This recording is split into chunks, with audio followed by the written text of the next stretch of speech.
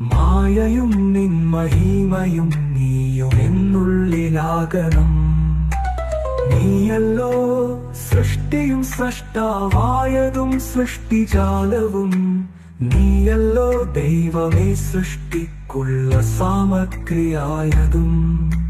നീയല്ലോ മായയും മായാവിയും മായാവിനോദനും.